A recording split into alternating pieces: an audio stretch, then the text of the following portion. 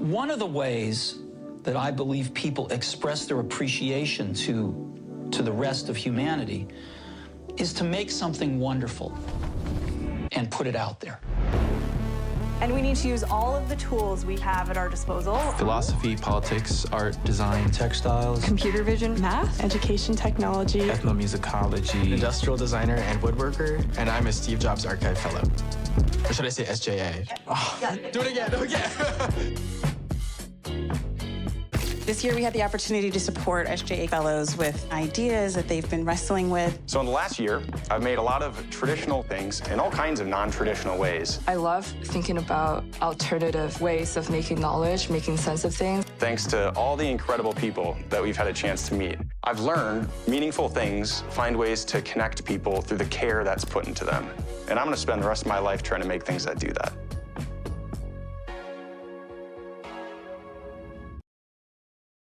JJ, take one. Mark. My name is JJ Kapur, and I am an SJA Fellow. The problem I'm trying to solve, honestly, is how to get people talking to each other who normally wouldn't be talking to each other. And the way I am trying to solve that problem is through probably the most ancient of technologies, which is storytelling. So digital storytelling is extremely inclusive. It is accessible to all kinds of folks. It literally is creating a space, a third place that doesn't already exist. And in that space, people have a chance to learn about each other, and I love that.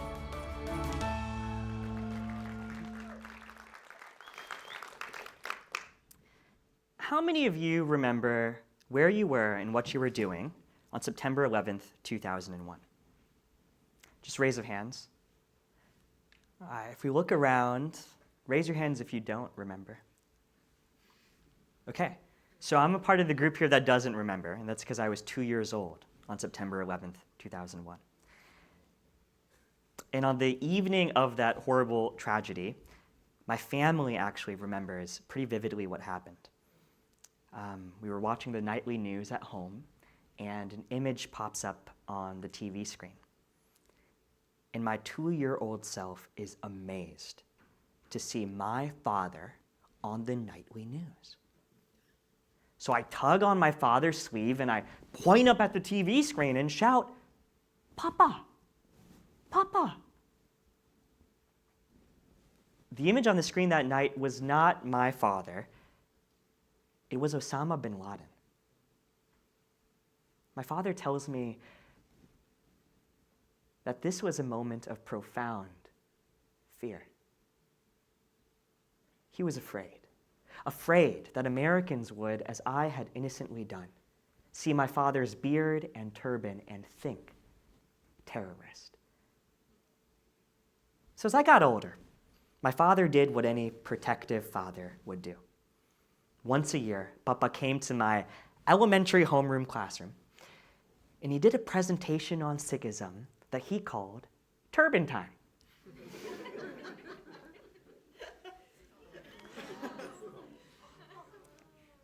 Now I know what you're thinking. This kid probably never got any weird questions thrown at him growing up in Iowa. Yeah, no, I got all the questions. Is that a mouse on your head? How long is your hair? Can I touch your hair? Do you celebrate Christmas? And I got really good at answering all of the questions. In fact, my father would have me stand up in front of my classmates, and he would famously say year after year, "There's no such thing as a stupid question. Ask JJ anything."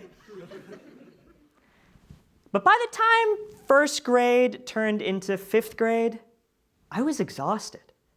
So many of my relationships felt one-sided.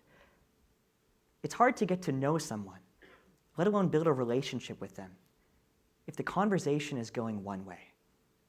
If they have the questions and I have the answers. If they're the subject and I'm the object. Fast forward to high school. I was invited by the Des Moines nonprofit organization Cultural to become an open book storyteller.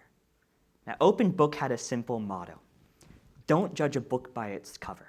The same is true of people. It was inspired by the Human Library Project in Denmark, where people are books and you check out a person and you get to hear a chapter from their life story. And I really vividly remember the first time I was checked out.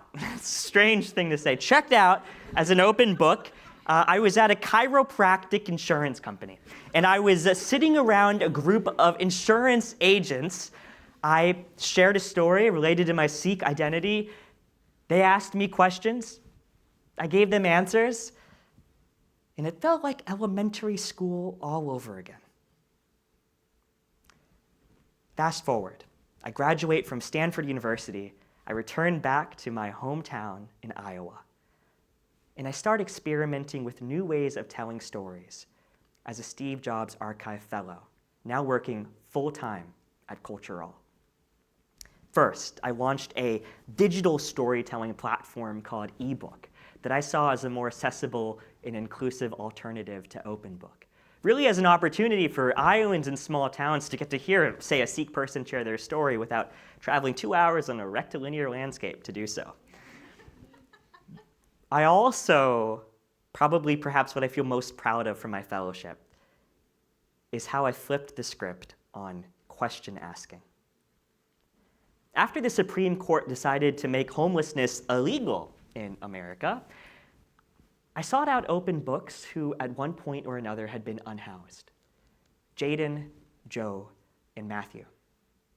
And after we had a chance to screen some of their ebook digital stories in front of a live audience, something magical happened. But I didn't want to just tell you about it. I wanted to sprinkle pixie dust right in this room and recreate it. So if you all look under your chairs, you'll find an envelope. I didn't have enough. Some of you might need to share.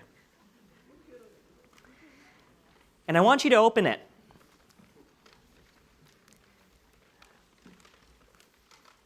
Inside, you'll find a question written by Jaden, Joe, and Matthew related to one of the universal themes from their stories. Questions they wanted the audience and got the audience to ask themselves. And I put these questions inside envelopes because they're invitations. Invitations to step into our own lived experience before stepping into the lived experience of another. Invitations to find ways our stories overlap. We've all heard that hearing other people's stories is the best way to break down barriers and to stop the othering of people who are not like us. But I think that doesn't go far enough.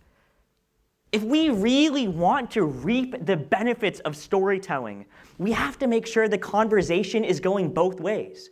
Not just the luminary on the podcast or the sage on the stage or the kid with the turban answering everyone's questions. It's when the storyteller shares a story and then says, "What about you?" I'm now taking everything I learned from my Steve Jobs Archive Fellowship a step further. I've just started a PhD in counseling psychology at the University of Iowa, and I'm already noticing that in traditional forms of therapy, one person has all of the questions, and another person has all of the answers. In my program, I'm already learning approaches to subvert this power dynamic. And I'm learning about how the process of organizing the episodes of our lives into stories can be therapeutic. And I'm learning ways not just to tell our stories, but to change our stories. That's the next frontier for me. And that's where my curiosity is taking me. Thank you.